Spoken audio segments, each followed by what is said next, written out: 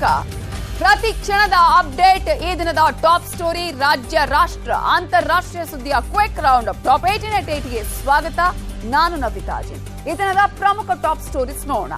BJP ರಾಜ್ಯಾಧ್ಯಕ್ಷ ವಿಪಕ್ಷ ನಾಯಕ ಸಸ್ಪೆನ್ಸ್ಗೆ ಸಂಜೆ ತೆರೆ ಬೀಳತ್ತ.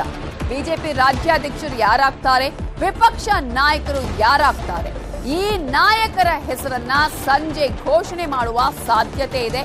ಇವತ್ತು ಇದಕ್ಕೆ ತೆರೆ ಬೀಳುವಂತಹ ಸಾಧ್ಯತೆ ಇದೆ. ಶಾಸಕರ ಅಭಿಪ್ರಾಯವನ್ನ ಪಡೆದು ದೆಹಲಿ ವೀಕ್ಷಕರು ಈಗಾಗಲೇ ತೆರಳಿದ್ದಾರೆ. ಎರಡೂ ಸ್ಥಾನದ ಬಗ್ಗೆ ಅಭಿಪ್ರಾಯವನ್ನ ತಿಳಿಸಿದ್ದಾರೆ ಮಾಜಿ ಸಿಎಂ ಬಿಎಸ್ ಯಡಿಯೂರಪ್ಪ ಅವರು.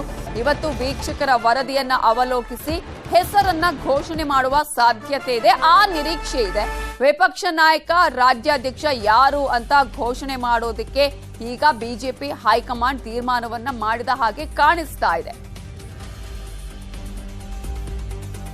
ವಿಪಕ್ಷ ನಾಯಕ ಯಾರಾಗ್ತಾರೆ, ರಾಜ್ಯಾಧ್ಯಕ್ಷರ ಹೆಸರಿಗೆ ಯಾರ್ಯಾರ ಹೆಸರುಗಳು ಕೇಳಿ ಬರ್ತಾ ಇದೆ, ರೇಸಲ್ಲಿ ಇರುವವರು ಯಾರು ಅನ್ನೋದನ್ನ ನೋಡ್ತಾ ಹೋಗೋದಾದ್ರೆ, ಯಾರಿಗೆ ವಿಪಕ್ಷ ಸ್ಥಾನ ಸಿಗಬಹುದು ಅನ್ನೋದನ್ನ ನಾವು ನೋಡ್ತಾ ಹೋಗೋದಾದ್ರೆ, ಈಗಾಗಲೇ ಲಿಂಗಾಯತ ಸಮುದಾಯದಿಂದ ಬಸವರಾಜ ಬೊಮ್ಮಾಯಿ ಮಾಜಿ ಸಿಎಂ ಅವರನ್ನ ವಿಪಕ್ಷ ನಾಯಕರನ್ನಾಗಿ ಮಾಡುವಂತಹ ಎಲ್ಲಾ ಸಾಧ್ಯತೆಗಳು ಕಂಡು ಬರ್ತಾ ಇದೆ. ಬಿಎಸ್ ಯಡಿಯೂರಪ್ಪ ಅವರು ಕೂಡ ಅವರ ಹೆಸರನ್ನೇ ಹೇಳಿದ್ದಾರೆ ಅನ್ನುವ ಮಾತುಗಳು ಕೂಡ ಕೇಳಿ ಬಂದಿದೆ. ಈಗ ಅನೇಕರು ಇವರ ಹೆಸರನ್ನೇ ಹೇಳಿರುವಂತಹ ಸಾಧ್ಯತೆ ಇದೆ. ಅದೇ ರೀತಿಯಾಗಿ ಮತ್ತೊಬ್ಬ ನಾಯಕ ಅಂತ ಹೇಳಿದ್ರೆ ಬಿಜೆಪಿಯ ಫೈರ್ ಬ್ರ್ಯಾಂಡ್ ಲಿಂಗಾಯತ ಸಮುದಾಯದ ನಾಯಕ ಬಸನಗೌಡ ಪಾಟೀಲ್ ಯತ್ನಾಳ್ ಅವರನ್ನೇ ಮಾಡಬೇಕು. ಯಾಕಂದ್ರೆ ಸಮರ್ಥವಾಗಿ ಉತ್ತರವನ್ನ ಕೊಡೋದಿಕ್ಕೆ, ವಿಪಕ್ಷವಾಗಿ ಟೀಕೆಯನ್ನ ಮಾಡೋದಕ್ಕೆ ಅವರು ಸಮರ್ಥರು ಅನ್ನುವಂತಹ ಮಾತುಗಳು ಕೂಡ ಕೇಳಿ ಬರ್ತಾ ಇದೆ. ಅದೇ ರೀತಿಯಾಗಿ ಬಿಲ್ಲವ ಸಮುದಾಯದ ಸುನೀಲ್ ಕುಮಾರ್ ಅವರನ್ನ ವಿಪಕ್ಷ ನಾಯಕರನ್ನಾಗಿ ಮಾಡುವಂತಹ ಸಾಧ್ಯತೆ ಕೂಡ ಇದೆ. ರೇಸ್ ನಲ್ಲಿ ಇರುವಂತಹವ್ರು ಯಾರು, ಯಾರಿಗೆ ಸಿಗುವಂತಹ ಸಾಧ್ಯತೆ ಇದೆ, ನಿನ್ನೆ ಅಷ್ಟೇ ಅಭಿಪ್ರಾಯವನ್ನ ಸಂಗ್ರಹ ಮಾಡಲಾಗಿದೆ. ಆ ಅಭಿಪ್ರಾಯದಲ್ಲಿ ಇವರ ಹೆಸರುಗಳು ಕೂಡ ಕೇಳಿ ಬರ್ತಾ ಇರೋದನ್ನ ನಾವು ಗಮನಿಸ್ತಾ ಇದ್ದೀವಿ. ಹಾಗಾಗಿ ಇವಿಷ್ಟು ಮಾತ್ರ ಅಲ್ಲ, ಈಗ ನಿನ್ನೆ ನಡೆದಂತಹ ಬೆಳವಣಿಗೆಗಳ ಒಂದಷ್ಟು ಹಿನ್ನೋಟವನ್ನ ನೋಡ್ತಾ ಹೋಗೋದಾದ್ರೆ, ಶಾಸಕರ ಅಭಿಪ್ರಾಯವನ್ನ ಆಲ್ರೆಡಿ ಈಗಾಗಲೇ ವೀಕ್ಷಕರು ಸಂಗ್ರಹ ಮಾಡಿದ್ದಾರೆ.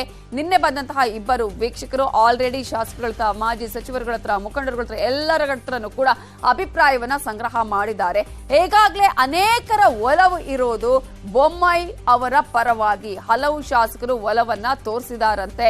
ಮಾಜಿ ಸಿಎಂ ಬಿಎಸ್ ಯಡಿಯೂರಪ್ಪ ಅವರು ಸೇರಿದಂತೆ ಅನೇಕರು ಕೂಡ ಇವರಿಗೆ ಹೆಚ್ಚಿನ ಮಣೆಯನ್ನ ಹಾಕಿದ್ದಾರೆ ಅನ್ನುವಂತಹ ಮಾಹಿತಿ. ಇನ್ನು ವರಿಷ್ಠರ ತೀರ್ಮಾನಕ್ಕೆ ಬದ್ಧ ಅಂತ ಕೆಲವರು ಅಭಿಪ್ರಾಯವನ್ನ ವ್ಯಕ್ತಪಡಿಸಿದ್ದಾರೆ. ಒಂದಷ್ಟು ಜನರ ಹೆಸರನ್ನ ಹೇಳಿದ್ದಾರೆ. ಕೆಲವರು ಹೈಕಮಾಂಡ್ ಯಾರನ್ನ ಸೂಚನೆ ಮಾಡಿದ್ರು ಕೂಡ, ನಾಯಕನಾಗಿ ಮಾಡಿದ್ರು ಕೂಡ ನಮ್ದು ಯಾವುದೇ ರೀತಿಯ ತಕರಾರು ಇಲ್ಲ ಅನ್ನೋದನ್ನ ಹೇಳಿದ್ದಾರೆ. ಇನ್ನು ಕೆಲವರು ಹಿಂದುತ್ವವಾದಿಗೆ ಮಣೆಯನ್ನ ಹಾಕೋದಿಕ್ಕೆ ಒತ್ತಾಯವನ್ನ ಮಾಡಿದ್ದಾರೆ. ಜೊತೆಗೆ ಈಗಾಗಲೇ ಅಡ್ಜಸ್ಟ್ಮೆಂಟ್ ಪಾಲಿಟಿಕ್ಸ್ ವಿಚಾರ ಕೂಡ ಸಾಕಷ್ಟು ಸುದ್ದಿ ಮಾಡಿರೋದ್ರಿಂದ ಹೊಂದಾಣಿಕೆ ಮಾಡಿಕೊಳ್ಳದ ನಾಯಕ ಬೇಕು ಅನ್ನುವಂತಹ ಮಾತು ಕೂಡ ಕೇಳಿ ಬಂದಿದೆಯಂತೆ. ಇನ್ನು ಭಿನ್ನ ಅಭಿಪ್ರಾಯದಿಂದ ಅಚ್ಚರಿಯ ಅಭ್ಯರ್ಥಿಗೆ ಮಣೆ ಹಾಕುವಂತಹ ಸಾಧ್ಯತೆಗಳನ್ನ ಕೂಡ ನಾವು ತಳ್ಳಿ ಹಾಕುವಂತಿಲ್ಲ. ಹೈಕಮಾಂಡ್ ಯಾರನ್ನ ನಾಯಕನಾಗಿ ಆಯ್ಕೆ ಮಾಡುತ್ತೆ ಅನ್ನೋದೇ ಈಗ ಇರುವಂತಹ ಕುತೂಹಲ. ಇಲ್ಲಿ ವೀಕ್ಷಕರು ಆಲ್ರೆಡಿ ಇಲ್ಲಿನ ಅಭಿಪ್ರಾಯ ಸಂಗ್ರಹ ಮಾಡಿ ಆಲ್ರೆಡಿ ಇವತ್ತು ಅದನ್ನ ತಿಳಿಸಲಿದ್ದಾರೆ. ಇವತ್ತು ಅದರ ಬಗ್ಗೆ ಚರ್ಚೆ ಆಗುತ್ತೆ. ಆ ನಂತರ ಹೈಕಮಾಂಡ್ಗೆ ಇದರ ಬಗ್ಗೆ ಮಾಹಿತಿಯನ್ನು ಕೊಟ್ಟ ಬಳಿಕ ಹೈಕಮಾಂಡ್ ಒಂದು ಹೆಸರನ್ನ ಆಯ್ಕೆ ಮಾಡುತ್ತೆ. ಹಾಗಾದ್ರೆ ಆ ಆಯ್ಕೆ ಯಾರದ್ದಾಗಿರುತ್ತೆ ಅನ್ನೋದ್ರ ಬಗ್ಗೆ ಕೂಡ ನಾವಿಲ್ಲಿ ಗಮನಿಸಬೇಕಾಗುತ್ತೆ. ಇವತ್ತು ಸಂಜೆನೆ ಈ ಎಲ್ಲ ಸಸ್ಪೆನ್ಸ್ಗೆ ತೆರೆ ಬೀಳತ್ತಾ, ಇವತ್ತೇ ವಿಪಕ್ಷ ನಾಯಕನ ರಾಜ್ಯಾಧ್ಯಕ್ಷರ ಆಯ್ಕೆ ಆಗತ್ತಾ ಅನ್ನುವಂತಹ ಪ್ರಶ್ನೆಯನ್ನ ಕೂಡ ನಾವಿಲ್ಲಿ ಉತ್ತರವನ್ನ ಕಂಡುಕೊಳ್ಬಹುದು. ಆದ್ರೆ ಮತ್ತೂ ಕುತೂಹಲ ಅಂತ ಹೇಳಿದ್ರೆ, ಇಲ್ಲಿ ಈಗ ಶೋಭಾ ಕರಂದ್ಲಾಜೆ ಅವರನ್ನ ರಾಜ್ಯಾಧ್ಯಕ್ಷರನ್ನಾಗಿ ಮಾಡುವಂತಹ ಸಾಧ್ಯತೆ ಇದೆ. ಶೋಭಾ ಅವರೇ ಬಿಜೆಪಿಗೆ ಸಾರಥಿ ಆಗುವಂತಹ ಚಾನ್ಸಸ್ ಇದೆ ಅನ್ನುವಂತಹ ಮಾತುಗಳು ಕೇಳಿ ಬರ್ತಾ ಇದೆ. ಯಾಕೆ ಅಂತ ಹೇಳಿದ್ರೆ, ಒಂದಷ್ಟು ಕಾರಣಗಳನ್ನ ನಾವು ನಿಮ್ಮ ಮುಂದೆ ಇಟ್ಟಿದ್ದೀವಿ. ಸಂಘ ಪರಿವಾರದ ಬಲ ಕೂಡ ಶೋಭಾ ಕರಂದ್ಲಾಜೆ ಅವರಿಗೆ ಇದೆ. ಯಡಿಯೂರಪ್ಪ ಆಪ್ತರಲ್ಲಿ ಒಬ್ಬರು ಶೋಭಾ ಕರಂದ್ಲಾಜೆ ಅವರು. ಅಷ್ಟು ಮಾತ್ರ ಅಲ್ಲ, ಸಂಘಟನೆ ಆಗಿರ್ಬೋದು, ಆಡಳಿತಾತ್ಮಕ ಅನುಭವ ಇದೆ. ಇನ್ನು ಈಗಾಗಲೇ ಸರ್ಕಾರವನ್ನ ಟೀಕಿಸುವಂತಹ ಚಾಕಚಕ್ಯತೆ ಇದೆ. ಪ್ರಬಲ ಒಕ್ಕಲಿಗ ಸಮುದಾಯದ ಮಹಿಳೆ ಇದ್ದಾರೆ. ಪ್ರಬಲಿಗ ಒಕ್ಕಲಿಗ ಸಮುದಾಯ ಅವರ ಹಿಂದೆ ಇರುವಂತದ್ದು ಮಹಿಳೆ ಅನ್ನುವಂತಹ ಪಟ್ಟವನ್ನ ಕೂಡ, ಯಾಕಂದ್ರೆ ಈ ಸಲ ಶೋಭಾ ಕರಂದ್ಲಾಜೆ ಅವರಿಗೆ ಕೊಟ್ಟಿಗೆ ಮೊದಲ ಬಾರಿಗೆ ಒಂದು ರಾಜ್ಯಾಧ್ಯಕ್ಷ ಹುದ್ದೆಯನ್ನು ಮಹಿಳೆಗೆ ಕೊಟ್ಟ ಹಾಗ ಆಗತ್ತೆ. ಸೊ ಚುನಾವಣಾ ಮಿತಿ ಸಂಚಾಲಿಕೆಯಾಗಿದ್ದ ಅನುಭವ ಕೂಡ ಶೋಭಾ ಕರಂದ್ಲಾಜೆ ಅವರಿಗೆ ಇರೋದನ್ನ ನಾವು ಗಮನಿಸಬಹುದು. ಈ ಎಲ್ಲಾ ಅಂಶಗಳನ್ನ ಇಟ್ಟುಕೊಂಡು ಶೋಭಾ ಕರಂದ್ಲಾಜೆ ಅವರನ್ನೇ ಬಿಜೆಪಿ ರಾಜ್ಯಾಧ್ಯಕ್ಷ ಸ್ಥಾನಕ್ಕೆ ಆಯ್ಕೆ ಮಾಡುವಂತಹ ಸಾಧ್ಯತೆ ಇದೆ ಅಂತ ಹೇಳಲಾಗ್ತಾ ಇದೆ. ಬಟ್ ಕೊನೆಯವರೆಗೂ ಹೈಕಮಾಂಡ್ ಏನ್ ನಿರ್ಧಾರ ತೆಗೆದುಕೊಳ್ಳುತ್ತೆ ಅನ್ನೋದೇ ಈಗ ಇರುವಂತಹ ಸಸ್ಪೆನ್ಸ್. ಇದರ ಬಗ್ಗೆ ಡೀಟೇಲ್ಸ್ ಕೊಡೋದಕ್ಕೆ ನಮ್ಮ ರಿಪೋರ್ಟರ್ ಕೃಷ್ಣ ನೇರ ಸಂಪರ್ಕದಲ್ಲಿ ಜಾಯ್ನ್ ಆಗಿದ್ದಾರೆ. ಕೃಷ್ಣ, 1.5 ತಿಂಗಳಿಂದಲೂ ಇದೇ ವಿಚಾರ ಯಾವಾಗ ಆಗುತ್ತೆ ಕೊನೆಗೂ ವೀಕ್ಷಕರು ಬಂದಿದ್ದಾರೆ, ಅಭಿಪ್ರಾಯ ಸಂಗ್ರಹ ಮಾಡಿದ್ದಾರೆ. ಇವತ್ತೇ ಸಸ್ಪೆನ್ಸ್ಗೆ ತೆರೆ ಬೀಳುತ್ತಾ ಅಥವಾ ಅಚ್ಚರಿಯ ಆಯ್ಕೆಯನ್ನ ಹೈಕಮಾಂಡ್ ಮಾಡತ್ತಾ, ಹೇಗೆ? ಖಂಡಿತವಾಗ್ಲೂ ನವಿತಾ, ಇವತ್ತೇನೆ ಎಲ್ಲಾ ಗೊಂದಲಗಳಿಗೂ ಕೂಡ ತೆರೆ ಬೀಳುವಂತ ಸಾಧ್ಯತೆ ಹೆಚ್ಚಾಗಿರುವಂತದ್ದು. ಯಾಕಂದ್ರೆ ಈಗಾಗಲೇ ವೀಕ್ಷಕರ ತಂಡ ನಿನ್ನೆ ಬಂದು ಎಲ್ಲಾ ಶಾಸಕರ ಅಭಿಪ್ರಾಯ ಸಂಗ್ರಹ ಕೂಡ ಮಾಡಿದ್ದಾರೆ. ಮತ್ತೆ ಈಗಾಗಲೇ ಕಳೆದ 15 ದಿನಗಳ ಹಿಂದೆ ಅಷ್ಟೇ ಅರುಣ್ ಸಿಂಗ್ ಅವರು ಕೂಡ ಬಂದು ಶಾಸಕರ ಅಭಿಪ್ರಾಯ ಕೂಡ ಸಂಗ್ರಹ ಮಾಡಿದ್ರು. ಸಂಗ್ರಹ ವರದಿಯನ್ನು ಕೂಡ ಹೈಕಮಾಂಡ್ಗೆ ಸಲ್ಲಿಕೆಯನ್ನು ಮಾಡಿದ್ರು. ಆದರೆ ಹೈಕಮಾಂಡ್ ನಾಯಕರು ಎಲ್ಲ ಒಂದು ಕಡೆಗೆ ಈಗಿರ್ತಕ್ಕಂಥ ಹೆಸರು ಏನಿದೆ ಅವ್ರ ಮೇಲೆ ಒಂದು ರೀತಿ ವಿಶ್ವಾಸವನ್ನು ವ್ಯಕ್ತಪಡಿಸಿರಲಿಲ್ಲ. ಹೀಗಾಗಿ ಅಂತಿಮವಾಗಿ ಮತ್ತೊಮ್ಮೆ ಈಗಾಗಲೇ ಸೂಚನೆ ಕೊಟ್ಟಿದ್ರು. ಅದರಂತೆ ಈಗ ಎಲ್ಲರೂ ಕೂಡ ಅಂದ್ರೆ ವೀಕ್ಷಕರ ತಂಡ ಅಭಿಪ್ರಾಯ ಸಂಗ್ರಹ ಮಾಡಿದ್ದಾರೆ. ಮತ್ತೆ ಅಭಿಪ್ರಾಯ ಸಂಗ್ರಹ ಮಾಡಿದ ಬಳಿಕವಾಗಿ ಮಾಜಿ ಮುಖ್ಯಮಂತ್ರಿಗಳಾಗಿರ್ತಕ್ಕಂಥ BS ಯಡಿಯೂರಪ್ಪನವರ ಜೊತೆಗೂ ಕೂಡ ಸುದೀರ್ಘವಾಗಿ ಚರ್ಚೆ ಕೂಡ ಮಾಡಿದ್ದಾರೆ. ಮತ್ತೆ ಯಡಿಯೂರಪ್ಪನವರಿಂದ ಕೂಡ ಅಭಿಪ್ರಾಯ ಸಂಗ್ರಹ ಮಾಡಿದ್ದಾರೆ. ಇವತ್ತು ವರದಿಯನ್ನು ಹೈಕಮಾಂಡ್ ನಾಯಕರಿಗೆ ಸಲ್ಲಿಕೆ ಮಾಡಲಿದ್ದಾರೆ. ಅಂತಿಮವಾಗಿ ಹೈಕಮಾಂಡ್ ನಾಯಕರು ಅದನ್ನ ಪರಿಶೀಲನೆ ಮಾಡಿದ ಬಳಿಕವಾಗಿ ಯಾರನ್ನ ವಿರೋಧ ಪಕ್ಷ ನಾಯಕನನ್ನ ಮಾಡಬೇಕು ಅನ್ನೋದ್ರ ಬಗ್ಗೆ ಇವತ್ತು ಮಧ್ಯಾಹ್ನ ಅಥವಾ ಸಂಜೆ ಒಳಗಡೆ ಅಧಿಕೃತವಾಗಿ ಪ್ರಕಟಣೆ ಮಾಡುವಂತ ಸಾಧ್ಯತೆ ಕೂಡ ಇದೆ. ನವಿತಾ, ನಿನ್ನೆ ಶಾಸಕರು ಅಭಿಪ್ರಾಯ ಸಂಗ್ರಹ ಮಾಡುವಂತ ಸಂದರ್ಭದಲ್ಲಿ ಅಂದ್ರೆ ಶಾಸಕರು ತಮ್ಮ ಅಭಿಪ್ರಾಯವನ್ನ ವ್ಯಕ್ತಪಡಿಸುವಂತ ಸಂದರ್ಭದಲ್ಲಿ ಒಂದಷ್ಟು ಜನ ಶಾಸಕರು ಬೇರೆ ಬೇರೆ ನಾಯಕರ ಮೇಲೆ ಒಲವನ್ನು ವ್ಯಕ್ತಪಡಿಸಿರುವಂಥದ್ದು. ಈಗಾಗಲೇ ಕಳೆದ ವಿಧಾನಸಭಾ ಚುನಾವಣೆಯಲ್ಲಿ ಬಸವರಾಜ ಬೊಮ್ಮಾಯಿ ಅವರ ನಾಯಕತ್ವದಲ್ಲಿ ಚುನಾವಣೆಯಲ್ಲಿ ಸೋತಿದ್ದೀವಿ. ಹೀಗಾಗಿ ಮತ್ತೊಮ್ಮೆ ಒಂದು ರೀತಿ ಸನ್ನಿವೇಶ ಬರಬಾರದು.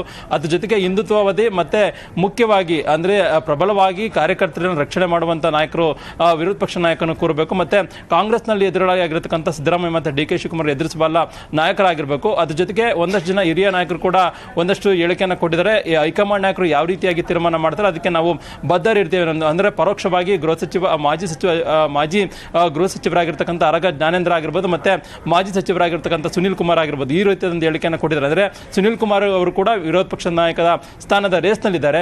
ಪರೋಕ್ಷವಾಗಿ ನಿಮ್ಮ ತೀರ್ಮಾನಕ್ಕೆ ನಾನು ಬದ್ಧ ಅನ್ನೋ ಒಂದು ಹೇಳಿಕೆಯನ್ನು ಕೊಡೋದ್ರ ಮುಖಾಂತರವಾಗಿ ತಾನು ಕೂಡ ಆಕಾಂಕ್ಷಿ ಅನ್ನೋ ಒಂದು ಮಾತನ್ನು ಕೂಡ ಸುನೀಲ್ ಕುಮಾರ್ ಕೂಡ ಹೇಳಿರುವಂತದ್ದು. ಅದ್ರ ಜೊತೆಗೆ ಬೇರೆ ಬೇರೆ ನಾಯಕರು ಕೂಡ ಒಂದಷ್ಟು ಜನ ಹಿರಿಯ ಶಾಸಕರಾಗಿರ್ಬೋದು ಮತ್ತೆ ಮುಖ್ಯವಾಗಿ ಈಗಾಗಲೇ ಹಿಂದುತ್ವವಾದಿ ಆಗಿರ್ಬೋದು ಮತ್ತೆ ಯಾವುದೇ ಕಾರಣಕ್ಕೂ ಕೂಡ ಹೊಂದಾಣಿಕೆಗೆ ಬಗ್ಗದ ನಾಯಕರನ್ನ ನೇಮಕವನ್ನ ಮಾಡಬೇಕು ಅನ್ನೋದ್ರ ಬಗ್ಗೆ ಕೂಡ ಈಶ್ವರಪ್ಪ ಆಗಿರ್ಬೋದು ಮತ್ತೆ ಒಂದಷ್ಟು ಜನ ನಾಯಕರು ಕೂಡ ಹೀಗೆ ಒಂದಷ್ಟು ಅಭಿಪ್ರಾಯವನ್ನು ವ್ಯಕ್ತಪಡಿಸಿರುವಂತದ್ದು. ಹೀಗಾಗಿ ಅಭಿಪ್ರಾಯವನ್ನು ಎಲ್ಲ ಕೂಡ ಸಂಗ್ರಹ ಮಾಡಿದರೆ ಇವತ್ತು ಸಂಜೆ ಒಳಗಡೆ ಅಧಿಕೃತವಾಗಿ ವಿರೋಧ ಪಕ್ಷ ನಾಯಕ ಆಗಿರ್ಬೋದು ಮತ್ತೆ ರಾಜ್ಯಾಧ್ಯಕ್ಷ ಆಯ್ಕೆಗೆ ಸಂಬಂಧಪಟ್ಟಂತೆ 2 ಹುದ್ದೆಗಳಿಗೂ ಕೂಡ ಅಧಿಕೃತವಾಗಿ ಹೈಕಮಾಂಡ್ ನಾಯಕರಿಂದ ಪ್ರಕಟಣೆ ಆಗುವಂತ ಸಾಧ್ಯತೆ ಇರುವಂತದ್ದು. Namita, okay, thank you Krishna. ಡೀಟೇಲ್ಸ್ಗೆ ಅಧಿವೇಶನ ಆರಂಭ ಆಗಿ 3 ದಿನ ಆದ್ರೂ ವಿಪಕ್ಷ ನಾಯಕನ ಆಯ್ಕೆ ಆಗತ್ತಾ, ನಾಳೆಯಿಂದ ವಿಪಕ್ಷ ನಾಯಕರು ಇರ್ತಾರಾ ಅನ್ನೋದನ್ನ ಕಾದು ನೋಡೋಣ. ಇನ್ನು ಮಳೆಯ ವಿಚಾರವನ್ನು ಗಮನಿಸಿದ್ರೆ ಕರಾವಳಿ ಭಾಗದ 3 ಜಿಲ್ಲೆಗಳಲ್ಲಿ ಮಳೆಯ ಅಬ್ಬರ ಜೋರಾಗಿದೆ. ಮಂಗಳೂರಲ್ಲಿ ವರುಣನ ಆರ್ಭಟಕ್ಕೆ ವ್ಯಕ್ತಿ ಸಾವನ್ನಪ್ಪಿದ್ದಾರೆ. ಪಿಲಾರು ಬಳಿಯ ನಿವಾಸಿ ಸುರೇಶ್ ಗಟ್ಟಿ ಸಾವನ್ನಪ್ಪಿದ ವ್ಯಕ್ತಿ ಆಗಿದ್ದು ಮಂಗಳೂರಲ್ಲಿ ವರುಣನ ಆರ್ಭಟಕ್ಕೆ ಸಾವಾಗಿದೆ. ಉತ್ತರ ಕನ್ನಡ ಜಿಲ್ಲೆಯಲ್ಲಿ ಆರೆಂಜ್ ಅಲರ್ಟ್ ಅನ್ನ ಘೋಷಣೆ ಮಾಡಲಾಗಿದೆ. ಶಾಲಾ ಕಾಲೇಜುಗಳಿಗೆ ಇವತ್ತು ರಜೆಯನ್ನ ಘೋಷಣೆ ಮಾಡಲಾಗಿದ್ದು ಸಮುದ್ರಕ್ಕೆ ಇಳಿಬಾರದು ಅಂತ ಹೇಳಿ ಈಗಾಗಲೇ ಜಿಲ್ಲಾಡಳಿತ ಮೀನುಗಾರರಿಗೆ ಎಚ್ಚರಿಕೆಯನ್ನ ಕೊಟ್ಟಿದೆ. ಇನ್ನು ಉಡುಪಿ ಜಿಲ್ಲೆಯಲ್ಲೂ ನೋಡ್ತಾ ಹೋಗೋದಾದ್ರೆ ಅಲ್ಲೂ ರೆಡ್ ಅಲರ್ಟ್ ಅನ್ನ ಘೋಷಣೆ ಮಾಡಲಾಗಿದೆ. ಜಿಲ್ಲೆಯಾದ್ಯಂತ ಶಾಲಾ ಕಾಲೇಜುಗಳಿಗೆ ರಜೆಯನ್ನು ಘೋಷಿಸಲಾಗಿದೆ. ಉಡುಪಿ ಜಿಲ್ಲಾಧಿಕಾರಿ ಕುರ್ಮಾರಾವ್ ಮಾಹಿತಿಯನ್ನ ಕೊಟ್ಟಿದ್ದಾರೆ. ಕರಾವಳಿ ಭಾಗದಲ್ಲಿ ಮಳೆಯ ಅಬ್ಬರ ಈಗ ಜಾಸ್ತಿ ಆಗಿರೋದನ್ನ ಗಮನಿಸಬಹುದು. ಇಲ್ಲಿವರೆಗೂ ಕೂಡ ಮಳೆ ಇಲ್ಲ ಅಂತ ಹೇಳಿದಂತಹ ಸಂದರ್ಭದಲ್ಲಿ ಈಗ ಮಳೆಯ ಅಬ್ಬರ ಜಾಸ್ತಿ ಆಗಿದೆ. ಮಳೆಯ ಅಬ್ಬರಕ್ಕೆ ಜನ ತತ್ತರಿಸಿ ಹೋಗ್ತಾ ಇದ್ದಾರೆ. ಮಳೆಯ ಆರ್ಭಟಕ್ಕೆ ವ್ಯಕ್ತಿ ಸಾವನ್ನಪ್ಪಿದ್ದಾರೆ. ಸುರೇಶ್ ಗಟ್ಟಿ ಇವರು ಪೇಂಟಿಂಗ್ ಕೆಲಸವನ್ನು ಮುಗಿಸಿಕೊಂಡು ಮನೆಗೆ ಬರ್ತಾ ಇರುವಂತಹ ಸಂದರ್ಭದಲ್ಲಿ ಕಾಲು ಸಂಕವನ್ನು ದಾಟಿ ಹೋಗುವ ಸಂದರ್ಭದಲ್ಲಿ ಅವರು ಸಾವನ್ನಪ್ಪಿರುವಂತಹ ಘಟನೆ ನಡೆದಿದೆ. ಇನ್ನು ಮಂಗಳೂರಲ್ಲಿ ನಿನ್ನೆ ಕೂಡ ಶಾಲಾ ಕಾಲೇಜುಗಳಿಗೆ ರಜೆಯನ್ನು ಘೋಷಣೆ ಮಾಡಲಾಗಿತ್ತು. ಇವತ್ತು ಕೊಡುವಂತಹ ಸಾಧ್ಯತೆ ಇದೆ. ಆಲ್ರೆಡಿ ಉಡುಪಿಯಲ್ಲಿ ರಜೆಯನ್ನು ಘೋಷಣೆ ಮಾಡಲಾಗಿದೆ. ಉತ್ತರ ಕನ್ನಡದಲ್ಲಿ ರಜೆಯನ್ನ ಘೋಷಣೆ ಮಾಡೋದಕ್ಕೆ ಜಿಲ್ಲಾಧಿಕಾರಿಗಳಿಗೆ ಬಿಡಲಾಗಿದೆ. ಸೊ ಆಯಾ ಭಾಗದಲ್ಲಿ ಮಳೆ ಯಾವ ರೀತಿಯಾಗಿದೆ, ಹವಾಮಾನ ವೈಪರೀತ್ಯ ಯಾವ ರೀತಿ ಆಗಿದೆ ಅನ್ನೋದರ ಬಗ್ಗೆ ಅಲ್ಲಿನ ಮಾಹಿತಿಯನ್ನ ಪಡ್ಕೊಂಡು ಶಾಲಾ ಕಾಲೇಜುಗಳಿಗೆ ರಜೆಯನ್ನು ಘೋಷಣೆ ಮಾಡೋದಕ್ಕೂ ಕೂಡ ಅವಕಾಶವನ್ನು ಕೊಡಲಾಗಿದೆ. ಇನ್ನು ಜಿಲ್ಲೆಯಲ್ಲಿ ರೆಡ್ ಅಲರ್ಟ್ ಅನ್ನು ಘೋಷಣೆ ಮಾಡಲಾಗಿದೆ. ನೀವು ಗಮನಿಸ್ತಾ ಇದ್ದೀರಾ, ಮೀನುಗಾರರು ಯಾವುದೇ ಕಾರಣಕ್ಕೂ ಸಮುದ್ರಕ್ಕೆ ಇಳಿಬಾರದು ಅಂತ ಹೇಳಿ ಜಿಲ್ಲಾಡಳಿತ ಮೀನುಗಾರರಿಗೆ ಕಟ್ಟುನಿಟ್ಟಿನ ಸೂಚನೆಯನ್ನ ಕೊಟ್ಟಿದೆ. ಇನ್ನು ಕಡಲ ತೀರದಲ್ಲಿ ನೋಡ್ತಾ ಇದ್ರೆ ಕಡಲ್ ಕೊರೆತ ಉಂಟಾಗೋದು ಸರ್ವೇ ಸಾಮಾನ್ಯ ಮಳೆಗಾಲದ ಸಂದರ್ಭದಲ್ಲಿ. ಹಾಗಾಗಿ ಆ ಭಾಗದ ಜನರನ್ನ ಸ್ಥಳಾಂತರ ಮಾಡಲಾಗುತ್ತೆ, ಅಲ್ಲಿಂದ ಶಿಫ್ಟ್ ಮಾಡಲಾಗುತ್ತೆ. ಯಾವುದೇ ಕಾರಣಕ್ಕೂ ಆ ಭಾಗದಲ್ಲಿ ಇರಬಾರ್ದು ಅನ್ನುವಂತಹ ಸೂಚನೆಯನ್ನ ನೀಡಲಾಗುತ್ತೆ. ಈಗ ಮಳೆಯಿಂದ ಪ್ರವಾಹ ಪರಿಸ್ಥಿತಿಯ ನಿರ್ಮಾಣ ಆಗಿರುವಂತಹ ದೃಶ್ಯಗಳನ್ನು ಕೂಡ ನಾವು ನಿಮಗೆ ತೋರಿಸ್ತಾ ಇದ್ದೀವಿ. ಇನ್ನು ಉತ್ತರ ಕನ್ನಡ ಜಿಲ್ಲೆಯಲ್ಲಿ ಆರೆಂಜ್ ಅಲರ್ಟ್ ಅನ್ನು ಘೋಷಣೆ ಮಾಡಲಾಗಿದೆ. ಈಗ ಇನ್ನೂ ಒಂದೊಂದು ಭಾಗದಲ್ಲಿ ಯಾವ ರೀತಿಯಾಗಿ ಮಳೆ ಆಗಿದೆ ಅನ್ನೋದನ್ನ ತೋರಿಸ್ತಾ ಇರ್ತೇವೆ. ಉತ್ತರ ಕನ್ನಡ ಭಟ್ಕಳದಲ್ಲಿ ಪ್ರವಾಹ ಪರಿಸ್ಥಿತಿಯ ನಿರ್ಮಾಣ ಆಗಿದೆ. ಇನ್ನು ಮತ್ತೊಂದು ಕಡೆ ಕಾರವಾರದಲ್ಲಿ ಡಿಪೋಗೆ ನೀರು ನುಗ್ಗಿದೆ. ಅಲ್ಲಿ ಕಂಪ್ಲೀಟ್ ಆಗಿ ಡಿಪೋದಲ್ಲಿ ನೀರೇ ಇರೋದನ್ನ ನೀವು ಗಮನಿಸ್ತಾ ಇದ್ದೀರಾ. ಒಟ್ಟಾರೆಯಾಗಿ ಕರಾವಳಿ ಭಾಗದಲ್ಲಿ ಉತ್ತರ ಕನ್ನಡ ಆಗಿರ್ಬೋದು, ದಕ್ಷಿಣ ಕನ್ನಡ, ಉಡುಪಿ ಜಿಲ್ಲೆಯಲ್ಲಿ ಮಳೆಯ ಆರ್ಭಟ ಜಾಸ್ತಿ ಆಗಿದೆ. ಇದರ ಬಗ್ಗೆ ಇನ್ನಷ್ಟು ಡೀಟೇಲ್ಸ್ ಕೊಡೋದಕ್ಕೆ ನಮ್ಮ ರಿಪೋರ್ಟರ್ ಕಿಶನ್ ಶೆಟ್ಟಿ ನೇರ ಸಂಪರ್ಕದಲ್ಲಿ ಜಾಯ್ನ್ ಆಗಿದ್ದಾರೆ. ಕಿಶನ್ ಶೆಟ್ಟಿ, ಹಲವು ದಿನಗಳಲ್ಲಿ ಮಳೆ ಇಲ್ಲ ಅಂತ ಹೇಳಲಾಗಿತ್ತು, ಬೇಸಿಗೆ ಇದ್ದ ಹಾಗಿದೆ ಅಂತ ಹೇಳಿ. ಬಟ್ ಈಗ ಮಳೆಯ ಆರ್ಭಟ ಯಾವ ರೀತಿಯಾಗಿದೆ? ರೈತರು ಖುಷಿಯಿಂದ ಈಗ ಬೆಳೆಯನ್ನ ಬೆಳೀತಾ ಇದ್ದಾರೆ. ಮತ್ತೊಂದು ಕಡೆ ಶಾಲಾ ಕಾಲೇಜುಗಳಿಗೆ ಇವತ್ತು ರಜೆ ಘೋಷಣೆ ಮಾಡಲಾಗಿದೆ. ನಿನ್ನೆ ಅನೇಕ ಶಾಲಾ ಕಾಲೇಜುಗಳಿಗೆ ರಜೆಯನ್ನು ಘೋಷಿಸಲಾಗಿತ್ತು.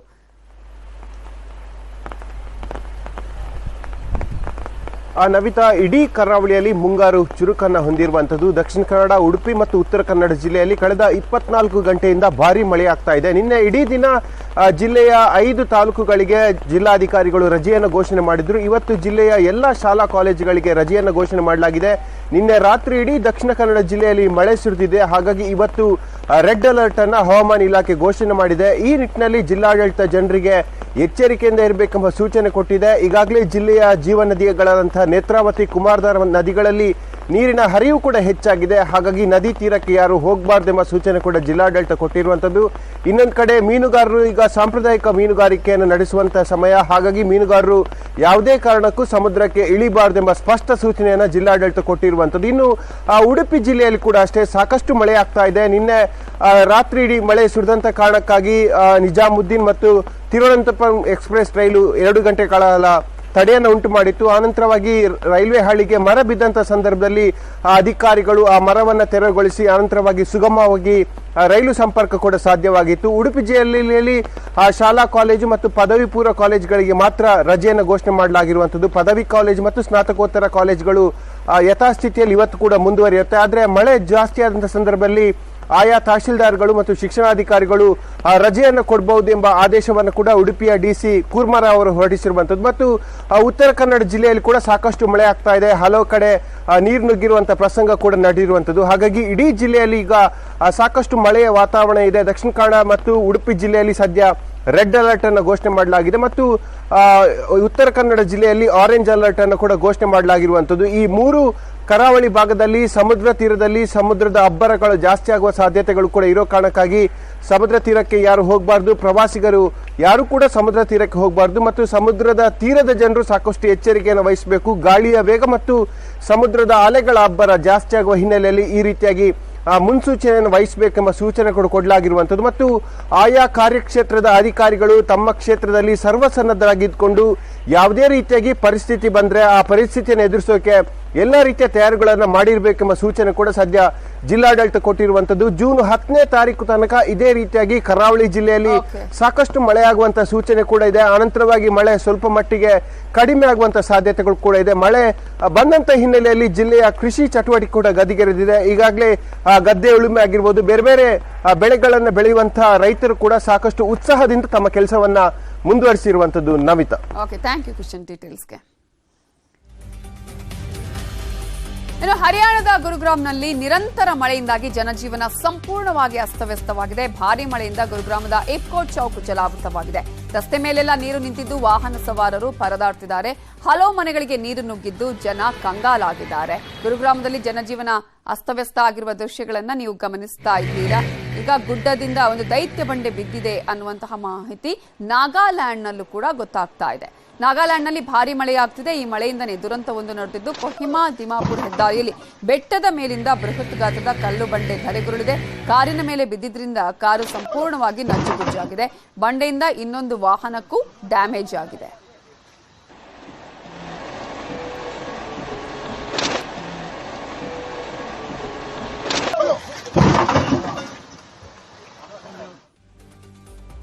ತುಮಕೂರಿನ ಗ್ರಾಮವೊಂದರ ಜಾತ್ರೆಗೆ ತಡೆಯಾಜ್ಞೆಯನ್ನ ನೀಡಲಾಗಿದೆ. ಕೆಸರುಮಡು ಗ್ರಾಮದ ಕರಗಲಮ್ಮ ದೇವಿ ಜಾತ್ರೆಗೆ ತಡೆ ನೀಡಿರೋದು ವಕ್ಫ್ ಬೋರ್ಡ್ ಜಾಗದಲ್ಲಿ ಪೂಜೆಯನ್ನ ಮಾಡ್ತಾ ಇದ್ದಾರೆ.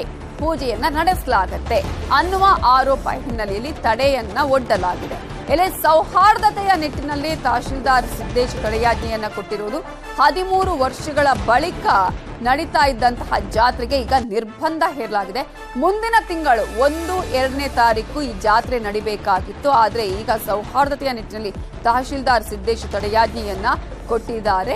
ಜಾತ್ರೆಯ ಆಲ್ಮೋಸ್ಟ್ 13 ವರ್ಷಗಳ ಬಳಿಕ ಈ ಜಾತ್ರೆಗೆ ತಡೆಯಾಜ್ಞೆ ಅಂದಿದೆ, ನಿರ್ಬಂಧವನ್ನ ಹೇರಲಾಗಿದೆ ಅನ್ನುವ ಮಾಹಿತಿ ಲಭ್ಯ ಆಗ್ತಾ ಇದ್ದು, ತುಮಕೂರಿನ ಗ್ರಾಮವೊಂದರ ಜಾತ್ರೆಗೆ ತಡೆಯಾಜ್ಞೆಯನ್ನ ನೀಡಲಾಗಿದೆ. ಕರಗಲಮ್ಮ ದೇವಿ ಈ ಜಾತ್ರೆಗೆ ತಡೆಯನ್ನ ನೀಡಿದ್ದಾರೆ ತಹಶೀಲ್ದಾರ್ ಅವರು. ಮಸೀದಿ ಜಾಗದಲ್ಲಿ ಪೂಜೆಯನ್ನ ಮಾಡ್ತಾರೆ ಅನ್ನುವಂತಹ ಆರೋಪ ಈ ಹಿನ್ನೆಲೆಯಲ್ಲಿ ಜಾತ್ರೆಗೆ ತಡೆಯಾಜ್ಞೆಯನ್ನ ನೀಡಲಾಗಿದೆ. ಶಾಂತಿಯನ್ನ ಕಾಪಾಡುವಂತಹ ನಿಟ್ಟಿನಲ್ಲಿ, ಸೌಹಾರ್ದತೆಯನ್ನ ಕಾಪಾಡುವಂತಹ ನಿಟ್ಟಿನಲ್ಲಿ ಯಾವುದೇ ರೀತಿಯಾದಂತಹ ಗಲಾಟೆಗಳು ಆಗದ ರೀತಿಯಲ್ಲಿ ಈ ಒಂದು ಕ್ರಮವನ್ನ ಕೈಗೊಳ್ಳಲಾಗಿದೆ. ಹಾಕ್ಬೇಕಾದ್ರೆ ನೀರು ಹಾಕಿದ್ದೀವಿ, ಎಲ್ಲ ಹಾಕಿದ್ದೀವಿ. ನೀರು ಹಾಕ್ಬೋದು, ಏನು ತೊಂದರೆ ಮಾಡಲಿಲ್ಲ. ಅವರು ನಮ್ಮ ಮುಸ್ಲಿಮ್ಸ್ಗೂ ಹೇಳ್ಬಿಟ್ಟು ಮಾಡಿದ್ದು. ಆ ನೀರು ಹಾಕಿದ್ದಾದಮೇಲೆ ನಿನ್ನೆ ಏನೋ ತಹಸೀಲ್ದಾರಿಂದ ಒಂದು ಇದು ಕೊಟ್ಟವ್ರೆ, ತಡೆಯಾಜ್ಞೆ ಕೊಟ್ಟಿದ್ದಾರೆ. ಮಾಡಬೇಡಿ ನೀವು, ಉಪಹಾರ ಹಾಕಬೇಡಿ. ಇವತ್ತಿತ್ತು ಉಪಹಾರ ಬೆಳಿಗ್ಗೆ. ಅದನ್ನು ಪೊಲೀಸ್ ಅಧಿಕಾರಿ ಕಾಪಿ ಕೊಟ್ಟವ್ರೆ. ಇಲ್ಲಿ ಕಾಪಿ ನಮ್ಮ ಹತ್ರನೂ ಇದೆ ಒಂದು. ಅದನ್ನು ಕೊಟ್ಟಿರೋದ್ರಿಂದ ನಾವು ಇವತ್ತು ಮಾಡೋಕ್ಕಾಗಲಿಲ್ಲ. ಅದನ್ನು ತಹಸೀಲ್ದಾರಿಗೆ ಒಂದು 10 ಜನ ಹೋಗ್ಬಿಟ್ಟು ರಿಕ್ವೆಷನ್ ಕೊಡ್ತೀವಿ, ಅದನ್ನು ತೆರವುಗೊಳಿಸಿ ಉಪಹಾರ. ಅಲ್ಲಿ ಗಲಾಟೆ ನಡೆಯುವಂತಹ ಸಂದರ್ಭ ಇರೋದರಿಂದ ಅಲ್ಲಿ ಯಾವುದೇ ರೀತಿಯ ಜಾತ್ರೆಗಳನ್ನು ಮಾಡಬಾರ್ದು ಅಂತೇಳಿ, ಮತ್ತು ಅಲ್ಲಿ ಒಂದು ಸ್ವಲ್ಪ ಗೊಂದಲ ಇರೋದರಿಂದ ಅಲ್ಲಿ ಊರಿನ ಗ್ರಾಮಸ್ಥರು ನಿನ್ನೆ ಒಂದು ಅರ್ಜಿ ಕೊಡ್ತಾರೆ, ನಮಗೆ ಪರ್ಮಿಷನ್ ಕೊಡ್ರಿ ಜಾತ್ರೆ ಮಾಡಲಿಕ್ಕೆ ಅಂತೇಳಿ. ಅದಕ್ಕೆ ನಾವು ಇಂಟರ್ನಲ್ ರಿಪೋರ್ಟ್ ಆಗಿ ಪೊಲೀಸ್ ಇಲಾಖೆಯಿಂದನೂ ಸಹ ತೆಗೆದುಕೊಂಡಿದ್ದೀವಿ. ಅಲ್ಲಿ ಸುಮಾರು ವರ್ಷಗಳಿಂದ ಅಂದರೆ 2011ರಿಂದನೂ ಸಹ ಅಲ್ಲಿ ಯಾವುದೇ ರೀತಿಯ ಜಾತ್ರೆಯನ್ನು ಮಾಡಿಲ್ಲ ಅಂತೇಳಿ ನಿನ್ನೆ ಗ್ರಾಮ ಸಭೆ ಮಾಡಿದಾಗ, ನಿನ್ನೆ ಶಾಂತಿ ಸಭೆ ಮಾಡಿದಾಗ ಅಲ್ಲಿ ವ್ಯಕ್ತಪಡಿಸಿದ್ದಾರೆ. ಹಾಗಾಗಿ ನಾವು ಕಾನೂನು ಸುವ್ಯವಸ್ಥೆ ದೃಷ್ಟಿಯಿಂದ ಅಲ್ಲಿ ಯಾವುದೇ ಜಾತ್ರೆ. ಇದರ ಬಗ್ಗೆ ಇನ್ನಷ್ಟು ಡೀಟೇಲ್ಸ್ ಕೊಡೋದಕ್ಕೆ ನಮ್ಮ ರಿಪೋರ್ಟರ್ ವಿಠಲ್ ಈಗ ನೇರ ಸಂಪರ್ಕದಲ್ಲಿ ಜಾಯ್ನ್ ಆಗಿದ್ದಾರೆ. ವಿಠಲ್, ಇದು ಎಷ್ಟು ವರ್ಷಗಳ ಜಾತ್ರೆ ನಡೀತಾ ಇತ್ತು? ಅಂದ್ರೆ 13 ವರ್ಷಗಳಿಂದಲೂ ಕೂಡ ಜಾತ್ರೆ ನಡೀತಾ ಇರ್ಲಿಲ್ವಾ? ಈ ಸಲ ಇವರು ನಮ್ಗೆ ಜಾತ್ರೆ ಮಾಡೋದಕ್ಕೆ ಅವಕಾಶ ಮಾಡಿಕೊಡಿ ಅಂತ ಕೇಳಿದ. ಈಗ ಒಬ್ರು ಮುಖಂಡರು ಹೇಳ್ತಾ ಇದ್ರು, ನಾವು ಮುಸ್ಲಿಮರ ಹತ್ರ ಕೇಳ್ತಾ ಇದ್ವಿ, ಯಾವುದೇ ರೀತಿ ಅವರಿಂದ ಏನು ಸಮಸ್ಯೆ ಇಲ್ಲ ಅಂತ ಹೇಳಿ. ನವಿತಾ, ಏನು ಕಳೆದ 13 ವರ್ಷಗಳ ಹಿಂದೆ ಏನು ಜಾತ್ರೆ ನಿಂತಿತ್ತು, ಅದಕ್ಕಿಂತ ಮುಂಚೆ ಅಂದ್ರೆ 1845ರಿಂದನೂ ಕೂಡ ಈ ಒಂದು ಜಾತ್ರೆ ಊರಿನಲ್ಲಿ ಇತಿಹಾಸವಾಗಿ ನಡ್ಕೊಂಡು ಬರ್ತಾ ಇರ್ತಕ್ಕಂಥದ್ದು. ಏನು ಕಳೆದ 13 ವರ್ಷಗಳ ಹಿಂದೆ ಹಲವು ಕಾರಣ ಈ ಒಂದು ಜಾತ್ರೆ ನಿಂತು ಹೋಗಿತ್ತು. ಸೊ ಅಲ್ಲಿಂದ ಊರಿನ ಯುವಕರು ಮತ್ತೆ ಆ ಊರಿನ ಮುಖಂಡರೆಲ್ಲ ಒಟ್ಟಾಗಿ ಈ ಸರ್ತಿ ನಾವು ಜಾತ್ರೆನ ಅದ್ದೂರಿಯಾಗಿ ಮಾಡ್ಬೇಕು ಅಂತ ಹೇಳಿ ಈ ಒಂದು ದಿನನ ಡೇಟ್ ಫಿಕ್ಸ್ ಮಾಡ್ಕೊಂಡಿರ್ತಾರೆ. ಅಂದ್ರೆ ಏನು ಜಾತ್ರೆ ನಡೆಯೋಕ್ಕೂ 1 ತಿಂಗಳು ಮುಂಚೆ ಅಲ್ಲಿ ಕೆಸರುಮಾಡು ಗ್ರಾಮದಲ್ಲಿರ್ತಕ್ಕಂಥ ಒಂದು ಮಸೀದಿ, ಆ ಮಸೀದಿ ಆ ಕಾಂಪೌಂಡ್ ಪಕ್ಕದಲ್ಲೇ ಒಂದು ವೀರಗಲ್ಲು ಅಂತ ಹೇಳಿ ಒಂದು ಸ್ಥಾಪನೆ ಮಾಡ್ಕೊಂಡಿದ್ದಾರೆ. ಅಂದ್ರೆ ಸುಮಾರು ಇತಿಹಾಸವಿರುವಂತ ಒಂದು ವೀರಗಲ್ಲು. ಅಲ್ಲಿ ಆ ದೇವರಿಗೆ ಏನು ಜಲಪ್ರೋಕ್ಷಣೆ ಮತ್ತೆ ಇನ್ನೊಂದೇನು ಅಲ್ಲಿ ಮೊಸರನ್ನ ಎಡೆ ಇಡುವಂತ ಒಂದು ಕಾರ್ಯಕ್ರಮ ಇರುತ್ತೆ. ಸೊ ಅಲ್ಲಿ ಆ ಜಾಗವೇ ಈಗ ಸದ್ಯಕ್ಕೆ ಅಲ್ಲಿ ಈಗ ಸಾಕಷ್ಟು ಇಶ್ಯೂಗೆ ಕಾರಣ ಆಗಿರ್ತಕ್ಕಂಥದ್ದು. ಮತ್ತೆ ಇನ್ನೊಂದು, ಅಲ್ಲಿ ಏನು ಈಗ ಜಾತ್ರೆ ಮಾಡ್ಬೇಕು ಅಂತ ಹೇಳಿ ತಹಶೀಲ್ದಾರ್ ಅವ್ರಿಗೆ ಇವರು ಮನವಿ ಕೊಡ್ತಾರೆ ಗ್ರಾಮಸ್ಥರು. ಕೂಡಲೇ ಎಚ್ಚೆತ್ತಂತ ತಹಶೀಲ್ದಾರ್ ಗ್ರಾಮದ ಆ ಸ್ಥಿತಿಗತಿಯನ್ನ ಅರಿತಿರ್ತಾರೆ. ಕೂಡಲೇ ಎಚ್ಚೆತ್ತಂತ ಆ ತಹಶೀಲ್ದಾರ್, ಸ್ಥಳೀಯ ಸರ್ಕಲ್ ಇನ್ಸ್ಪೆಕ್ಟರ್ ಮತ್ತೆ ಕಂದಾಯ ಅಧಿಕಾರಿಗಳನ್ನ ಎಲ್ಲರನ್ನೂ ಕೂಡ ಆ ಊರಿಗೆ ಕರೆಸಿ ಶಾಂತಿ ಸಭೆ ಮಾಡಿಸಿ, ನಂತರ ಊರಿನ ಸ್ಥಿತಿಗತಿ ಏನಿದೆ, ಜಾತ್ರೆ ಮಾಡೋದಕ್ಕೆ ಅವಕಾಶ ಕೊಡಬಾರ್ದ ಬೇಡವಾ ಅನ್ನೋದು ಸಂಪೂರ್ಣವಾಗಿ ಅವರು ಚಿತ್ರಣ ತಿಳ್ಕೊಂಡು ಕೊನೆಗೆ ಈ ಒಂದು ಜಾತ್ರೆಗೆ ಆ ನಿರ್ಬಂಧ ಇರತಕ್ಕಂಥದ್ದು. ಏನು ಈ ಊರಲ್ಲಿ ಶಾಂತಿ ಕಾಪಾಡುವ ನಿಟ್ಟಿನಲ್ಲಿ ಮತ್ತೆ ಸೌಹಾರ್ದತೆಯನ್ನ ಕಾಪಾಡುವ ನಿಟ್ಟಿನಲ್ಲಿ ಸದ್ಯಕ್ಕೆ ಈ ಜಾತ್ರೆ ನಡೆಸೋದಕ್ಕೆ ಅನುಮತಿ ಕೊಡ್ತಾ ಇಲ್ಲ, ಲೈಸೆನ್ಸ್ ಅನ್ನ ರದ್ದು ಮಾಡಲಾಗಿದೆ ಅಂತ ಹೇಳಿ ಆರ್ಡರ್ ಮಾಡಿರ್ತಕ್ಕಂಥದ್ದು. Navita, okay, thank you Vithal ಡೀಟೇಲ್ಸ್ಗೆ. Welcome back. ಇನ್ನುಳಿದ ಪ್ರಮುಖ ಸುದ್ದಿಯನ್ನು ನೋಡ್ತಾ ಹೋಗೋಣ. ಕಾಂಗ್ರೆಸ್ ಘೋಷಿಸಿದ ಗ್ಯಾರಂಟಿ ಯೋಜನೆಗಳನ್ನೇ ಮುಂದಿಟ್ಟುಕೊಂಡು ಬಿಜೆಪಿ ನಿನ್ನೆ ಅಧಿವೇಶನದಲ್ಲಿ ಹೋರಾಟ ಮಾಡಿತು.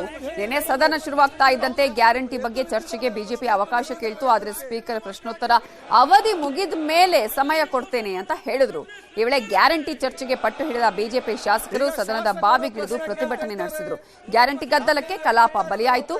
ಇಂದು ಕೂಡ ವಿಧಾನಸಭೆ ಹಾಗೂ ಪರಿಷತ್ನಲ್ಲಿ ಪ್ರತಿಭಟನೆ ನಡೆಯುವ ಸಾಧ್ಯತೆ ಇದೆ.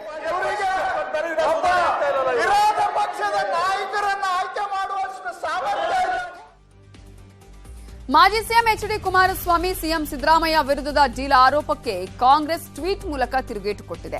ವೆಸ್ಟ್ ಎಂಡ್ ಹೋಟೆಲ್ನಲ್ಲಿ ಒಂದು ದಿನದ ಬಾಡಿಗೆ ಎಷ್ಟು ಕುಮಾರಸ್ವಾಮಿ ಅವರೇ ಅಂತ ಪ್ರಶ್ನಿಸಿದೆ. ಅಲ್ಲೊಂದು ಖಾಯಂ ಅಡ್ಡ ತೆರೆದಿದ್ದೀರಿ ಅಂದ್ರೆ ಅದಕ್ಕೆ ಎಷ್ಟು ಕೋಟಿ ಸುರಿದಿದ್ದೀರಿ? ವೆಸ್ಟ್ ಎಂಡ್ ಹೋಟೆಲ್ಗೆ ಜಮೀನಿನಲ್ಲಿ ಉಳುಮೆ ಮಾಡಿ ಬಾಡಿಗೆ ಕಟ್ತೀರಾ ಅಥವಾ ಕೆಎಸ್ಟಿ ಸಂಗ್ರಹದ ಹಣ ಬಳಸ್ತಿದ್ದೀರಾ ಅಂತ ಟಾಂಗ್ ಅನ್ನ ಕೊಟ್ಟಿದೆ. ಕಾಂಗ್ರೆಸ್ ಪ್ರಶ್ನೆಗೆ ಜೆಡಿಎಸ್ ಟ್ವೀಟ್ನಲ್ಲಿ ಟಾಂಗ್ ಕೊಟ್ಟಿದೆ. ಎಚ್ಡಿಕೆ ವೈಎಸ್ಟಿ ಟ್ಯಾಕ್ಸ್ ಬಗ್ಗೆ ದಾಖಲೆ ಬಿಡುಗಡೆ ಮಾಡಿದ್ರು ಆ ಅಸಹ್ಯ ತನ್ನದಲ್ಲ ಅಂತ ಕಾಂಗ್ರೆಸ್ ಅವಿವೇಕ ತೋರಿಸಿದೆ. ಈ ಅವಿವೇಕ ಮುಚ್ಚಿಕೊಳ್ಳಲು ವೆಸ್ಟ್ ಎಂಡ್ ಅನ್ನೋ ಸವಕಲು ವಿಷಯ ನೆನಪಿಸ್ತಾ ಇದೆ. ಹೊಲ ಉತ್ತಿ, ಬೀಜ ಬಿತ್ತಿ, ಬೆವರಿನ ಹೊಳೆ ಹರಿಸಿ ತೆಗೆದ ಫಸಲಿಗೆ ಲೂಲು ಮಾಲ್ ಮಾಡಬಹುದಾ ಅಂತ ಜೆಡಿಎಸ್ ಪ್ರಶ್ನಿಸಿದೆ.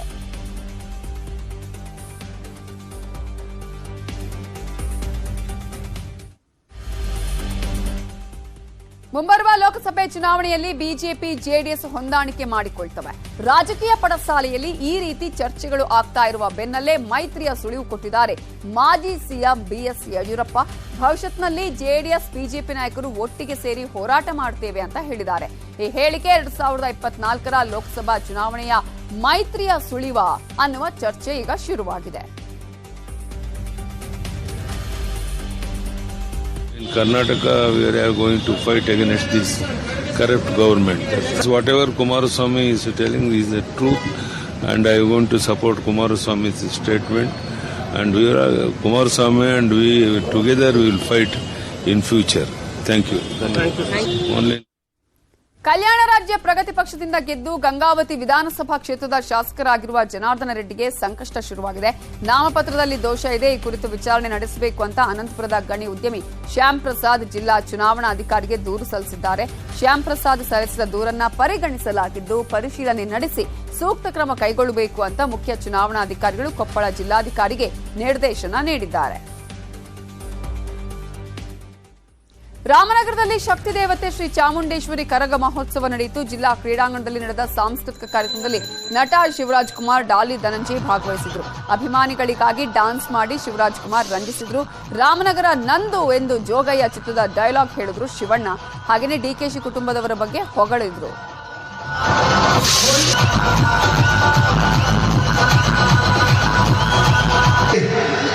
ನಾ ಸುಮ್ಮನೆ ಬಂದ್ರೆ ಅತಿಥಿ, ಹುಡ್ಕೊಂಬಂದ್ರೆ ನಿಮ್ಗಳ ತಿಥಿ.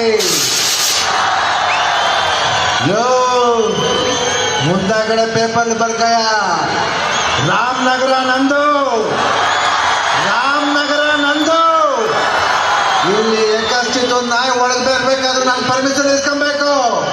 ಅಕಸ್ಮಾತ್ ಬಂತು ಜೋ ಜೋ ಜೋ ಜೋ ಜೋ ಜೋಗಯ್ಯ. ಶಿವಣ್ಣ ಹಾಗೂ ಡಾಲಿ ಧನಂಜಯ್ ಅವರನ್ನ ನೋಡಿ ಹುಚ್ಚೆದ್ದು ಕುಣಿದ್ರು ರಾಮನಗರದ ಜನ. ಬಡವರ ಮಕ್ಕಳು ಬೆಳಿಬೇಕು ಕಣ್ರಯ್ಯ ಅಂತ ಡೈಲಾಗ್ ಹೇಳಿ ಡಾಲಿ ಎಲ್ಲರನ್ನ ರಂಜಿಸಿದ್ರು. ಬಡವ್ರ ಮನೆ ಮಕ್ಕಳು ಬೆಳಿಬೇಕಂದ್ರಯ್ಯ, ಬೆಳಿಬೇಕು ಅಂದ್ರೆ ಚೆನ್ನಾಗಿ ಕನ್ಸು ಕಟ್ಕೋಬೇಕು, ಚೆನ್ನಾಗಿ ಕೆಲಸ ಮಾಡಬೇಕು. ಯಾರು ಬಂದು ನಮ್ಮನ್ನ ಹಿಂಗ್ ಬನ್ನಿ ಅಂತ ಹೇಳಿ ಎತ್ಕೊಳ್ಳಲ್ಲ, ಅದು ತುಂಬಾ ಕಮ್ಮಿ. ಸೊ ಎಲ್ಲರೂ ಒಂದು ಜರ್ನಿ ಮಾಡಲೇಬೇಕಾಗುತ್ತೆ. ಹೇಳಿ ಯಾರು ಯಾರನ್ನು ಬೆಳೆಸಲ್ಲ, ಬೆಳೆಸಿ. ರಾಮನಗರದ ಇದೇ ಕಾರ್ಯಕ್ರಮದಲ್ಲಿ ಭಾಗ್ಯದ ಲಕ್ಷ್ಮೀ ಬಾರಮ್ಮ, ನಮ್ಮಮ್ಮ ನೀ ಭಾಗ್ಯದ ಲಕ್ಷ್ಮೀ ಬಾರಮ್ಮ ಅಂತ ಗೃಹಲಕ್ಷ್ಮಿ ಯೋಜನೆ ಬಗ್ಗೆ ಡಿಕೆ ಶಿವಕುಮಾರ್ ಹಾಡು ಹಾಡಿದ್ರು. ಹಾಗೆ ಗಂಡಸರಿಗೆ ಅಕೌಂಟ್ ಕೊಡಬೇಡಿ, ಅವರಿಗೆ ಕೊಟ್ರೆ ವೈನ್ ಶಾಪ್ ಗ್ಯಾರಂಟಿ ಅಂದ್ರು.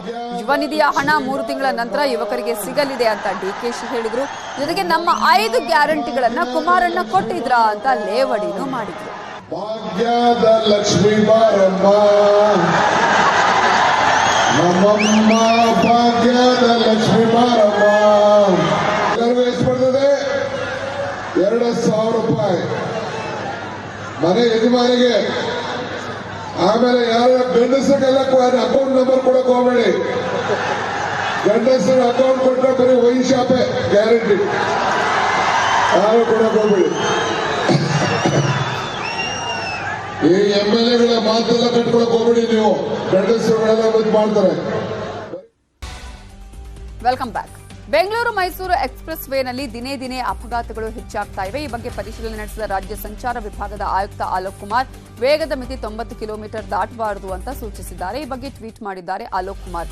ಗಂಟೆಗೆ 120 ಕಿಲೋಮೀಟರ್ ವೇಗದಲ್ಲಿ ವಾಹನಗಳು ಸಂಚರಿಸುವ ಕಾರಣ ಅಪಘಾತಗಳು ಹೆಚ್ಚಾಗ್ತಿವೆ.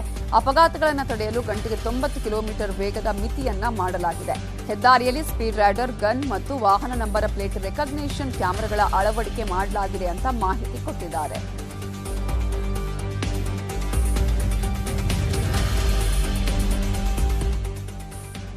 ತೆಲಂಗಾಣದ ರಾಜಧಾನಿ ಹೈದರಾಬಾದ್ನಲ್ಲಿ ಇವತ್ತು ಭೀಕರ ಅಪಘಾತ ಸಂಭವಿಸಿದೆ. ವೇಗವಾಗಿ ಬಂದ ಕಾರೊಂದು ನಿಯಂತ್ರಣ ಕಳೆದುಕೊಂಡು ವಾಕಿಂಗ್ ಮಾಡ್ತಾ ಇದ್ದವರ ಮೇಲೆ ಹರಿದ ಪರಿಣಾಮ 3 ಸ್ಥಳದಲ್ಲೇ ಸಾವನ್ನಪ್ಪಿದ್ದಾರೆ.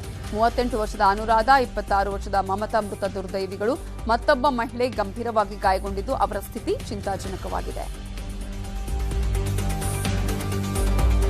ಟೊಮೆಟೊ ಹಣ್ಣಿನ ದರ 100ರ ಗಡಿ ದಾಟಿದೆ. ಹಾವೇರಿ ಜಿಲ್ಲೆಯ ಹಾನಗಲ್ ತಾಲೂಕಿನ ಅಕ್ಕಿ ಆಲೂರು ಗ್ರಾಮದಲ್ಲಿ ರೈತನೋರ್ವ ಟೊಮೆಟೊ ಹಣ್ಣಿಗೆ ಸಿಸಿಟಿವಿ ಕಣ್ಗಾವಲಿಟ್ಟಿದ್ದು ಬೆಳೆದ ಬೆಳೆಯನ್ನ ಮಾರುಕಟ್ಟೆಗೆ ತಂದು ಮಾರ್ತಾ ಇದ್ದ ರೈತ ಟೊಮೆಟೊ ಇಟ್ಟಿದ್ದ ಬುಟ್ಟಿಗಳಿಗೆ ಸಿಸಿಟಿವಿ ಅಳವಡಿಸಿರುವುದು ಕಂಡುಬಂದಿದೆ.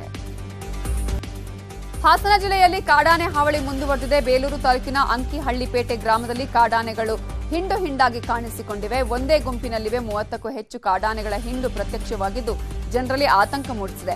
ಕಾಡಾನೆಗಳಿಂದ ಶಾಶ್ವತ ಪರಿಹಾರಕ್ಕಾಗಿ ಸ್ಥಳೀಯರು ಒತ್ತಾಯಿಸಿದ್ದಾರೆ. ವೆಸ್ಟ್ ಇಂಡೀಸ್ ವಿರುದ್ಧದ ಸರಣಿಗಾಗಿ ಟೀಂ ಇಂಡಿಯಾ ಕೆರಿಬಿಯನ್ ದ್ವೀಪಕ್ಕೆ ಬಂದಿಳಿದಿದೆ. ಈ ಸರಣಿಯಲ್ಲಿ ಭಾರತ ತಂಡ 2 ಟೆಸ್ಟ್, 3 ಏಕದಿನ ಹಾಗೂ 5 ಟಿ20 ಪಂದ್ಯಗಳನ್ನು ಆಡಲಿದೆ. ಈ ಸರಣಿಗೂ ಮುನ್ನ ಟೀಂ ಇಂಡಿಯಾ ಆಟಗಾರರು ಮಸ್ತ್ ಎಂಜಾಯ್ ಮಾಡ್ತಿದ್ದಾರೆ.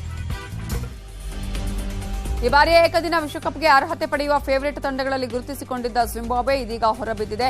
ಅರ್ಹತಾ ಸುತ್ತಿನ ಮೊದಲ 3 ಪಂದ್ಯಗಳಲ್ಲಿ ಭರ್ಜರಿ ಜಯ ಸಾಧಿಸಿದ್ದ ಜಿಂಬಾಬ್ವೆ ಸೂಪರ್ 6 ಹಂತದಲ್ಲಿ ಮುಗ್ಗರಿಸಿದೆ. ಅದರಲ್ಲೂ ನಿರ್ಣಾಯಕವಾಗಿದ್ದ ಸ್ಕಾಟ್ಲೆಂಡ್ ವಿರುದ್ಧದ ಪಂದ್ಯದಲ್ಲಿ 31 ರನ್ಗಳಿಂದ ಸೋಲು ಅನುಭವಿಸಿದೆ. ಇದರೊಂದಿಗೆ ಭಾರತದಲ್ಲಿ ಏಕದಿನ ವಿಶ್ವಕಪ್ ಆಡುವ ಕನಸು ಕೂಡ ಕಮರಿದೆ. Divine star Rishab Shetty July 7ರಂದು ಬೆಂಗಳೂರಲ್ಲಿ ಅಭಿಮಾನಿಗಳ ಜೊತೆ ತಮ್ಮ ಜನ್ಮದಿನ ಆಚರಿಸಿಕೊಳ್ತಿದ್ದಾರೆ. ತಮ್ಮ ಜನ್ಮದಿನ ಕುರಿತು ಅವರು ವಿಡಿಯೋ ಮಾಡಿ ಸಾಮಾಜಿಕ ಜಾಲತಾಣಗಳಲ್ಲಿ ಶೇರ್ ಮಾಡಿದ್ದು, ವಿಡಿಯೋದಲ್ಲಿ ತಮ್ಮ ಅಭಿಮಾನಿಗಳಿಗೆ ಸ್ವಾಗತವನ್ನ ಕೋರಿದ್ದಾರೆ.